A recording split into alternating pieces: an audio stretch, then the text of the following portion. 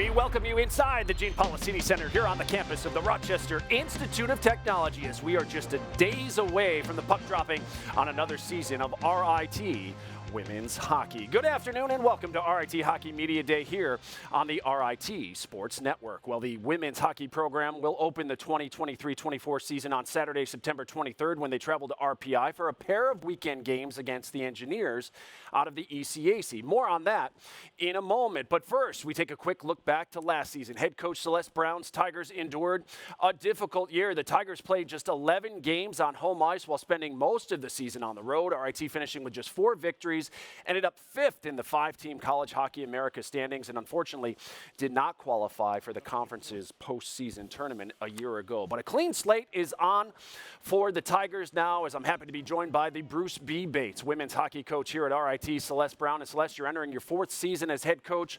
What excites you about this year's group? Yeah.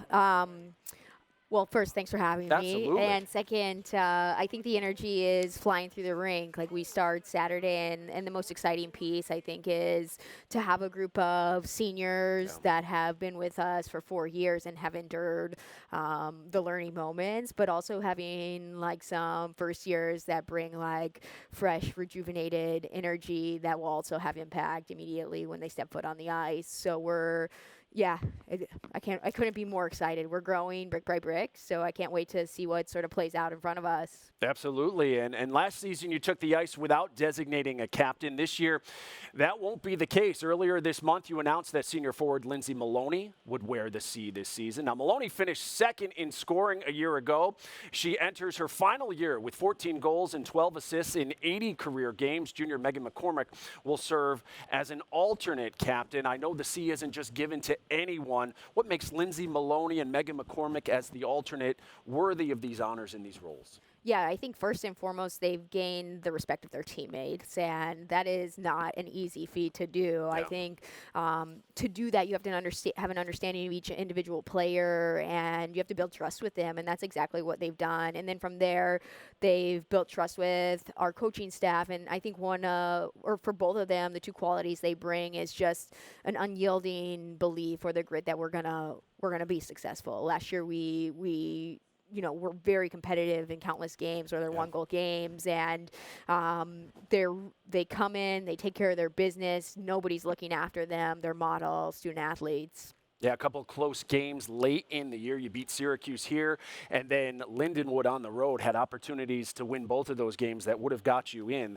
the CHA playoffs. So obviously a lot of close games, as Coach Celeste Brown was talking about, where they could have taken the victory, and they certainly learned from by not getting the victory. Well, you don't have to be a captain to be a leader and to make an impact on the ice, and that is the case for one of your 6 seniors this season, coaches. We welcome in defenseman Mia Talamos. And Mia, first off, it's game week to kick off a brand new season. Do you still get nervous, and how do you channel that energy when you take the ice on Saturday at RPI? Yeah, thanks for having me. I still get nervous for the first few weekends every year. I think just the anticipation with all the new girls coming in, and with the new team, and just the energy around the rink has been really great. So I think it's nervousness, but it's a good nervousness. Yeah, being around this group all off season, what's one area you think this team has improved? I think, especially with our senior class and having a lot of like an older team this year, I think everyone's starting off kind of a bit ahead with knowing all our systems, and I think we'll be able to get a bit of a head start in that sense this year. Yeah, I know coaches don't put a lot of emphasis on preseason rankings, but being picked to finish last in the CHA, is that something that motivates you and your teammates? Is it something you talk about in the locker room? Yeah, I think it's a big motivator. I think it gives us the opportunity to show up and show them what we can do, and there's it gives us an opportunity to not have a lot of pressure too. We can just go in there and prove ourselves. Yeah. Yeah, well, Mia, best of luck this weekend at RPI and, of course, all season long. And thank you so much for joining us here. Thanks for having on me. RIT Hockey Media Day. Thanks so much. Well, Celeste, a question, I guess, for you. Do you use the rankings or anything like that during the season as bulletin board material to kind of motivate your group? What's your style as far as motivating your team? Yeah, I think it is motivation. Yeah.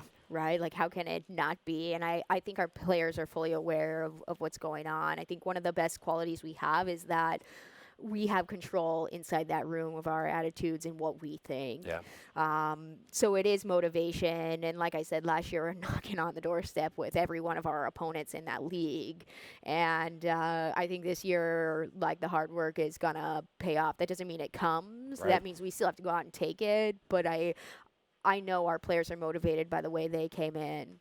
Yeah, absolutely. And one of the great equalizers in hockey is goaltending, of course, and the Tigers have a stellar group led by junior Sarah Coe. The Brooklyn, Ontario native who wears number 30 has over 1,700 saves in just 2 seasons with the Tigers. She's averaged over 31 saves a game during her RIT career. When you have someone like Sarah Coe between the pipes who's proved she can win games or at least keep you in games, if your offense starts producing like we talked about a little more last year, can this group surprise some teams, you think, this year? 100%. Yeah. Sarah Coe is, I think, the best goaltender in our league, and I think her teammates believe that, right? Sarah Coe shows up every single day, motivated, with a purpose, with a cause, and she does her job. And so we've added pieces around her to, again, going into these third periods tie game, and not in the way we want. Like, she's putting us in a situation. She needs to continue to do that.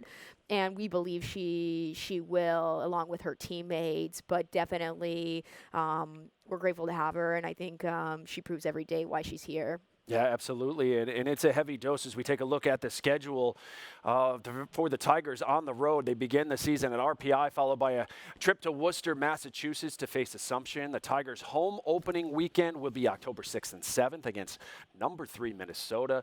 And then Brick City, they'll be home against Union here in the Policini Center before closing out the month on home ice with their first conference matchups against Lindenwood. And you can see the entire schedule on RITathletics.com, and you can get your tickets at RITtickets.com. Looking at the first 2 months of the season, I have to bet bringing in a team like Minnesota, who's coming off a 14th Frozen Four last March, and the opportunity to play at home, Brick City, are two of the highlights of the schedule early on. Yeah, definitely.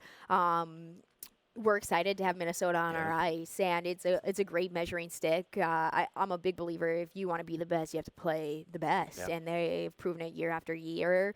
Again, like to have games under our belt and then come here and be here. We'll have our fans to support us, and then finally we're home for Brick City, which is an exciting time for us. It's an unbelievable weekend, and as an alum like you, hold it special to your heart. I think our players, our fans are excited for the Union matchup because they were also fantastic games last season. So we have a lot of opportunities, and we have to go out and take the opportunities that face us in the first few months. Looking at the conference, CHA grows to 6 teams once again as Robert Morris brings their program back. Penn State picked to repeat as champions. We talked about where you guys have been picked. How do you think you stack up in the conference this season? Yeah, I believe like we were competitive in every conference game last year. The pressure is also on this season, meaning like you have to be in the top 4 to make the playoffs. So our players are going to need to bring it every single game and be prepared when they walk in, which they will. Right. Fully confident. I think we're gonna match up well. Like the games are whoever's showing up in that to take it. Definitely not underestimating any team in our league because you've seen in past history all teams can compete with each other, which is what is most exciting about our league.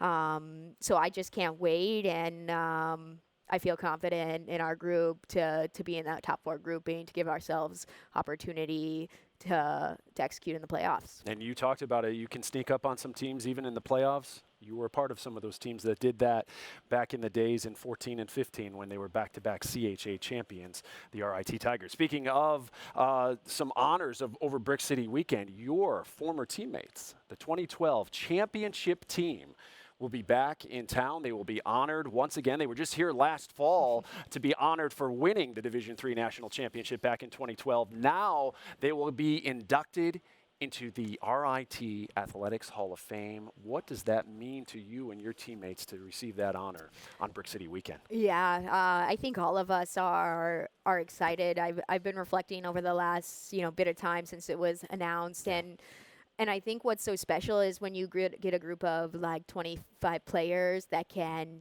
execute something Yeah. and, you know, stay sane through it all, and also form friendships and relationships that when you come back together, it's still special. And yes, we won, and that was just, I think, icing on the cake when you go back into it and you really think about it. Right. So we're excited to have everyone back, and I know the energy's buzzing now. Everyone's in different parts of their lives. There's little kids running around and partners around. So it's set to be an unbelievable weekend. But we're proud that we could represent RIT and wear the tiger on our chest. And I think that's what it's about at the end of the day. Yeah, tremendous accomplishment. Congratulations Thank to you and you. your teammates. And, of course, we'll have more on that coming up on Brick City Weekend. Hey, if you want the latest news, schedule, scores, highlights, and more surrounding the RIT women's hockey program, all you need to do is download the RIT Athletics app for your Apple or Android device. Celeste, another season is upon us. Best of luck to you and the Tigers, especially this weekend as you travel to RPI. We're looking forward to another season. Yeah, thank you. Thanks for having us. And that'll do it for us. We thank you so much for watching RIT Hockey Media Day here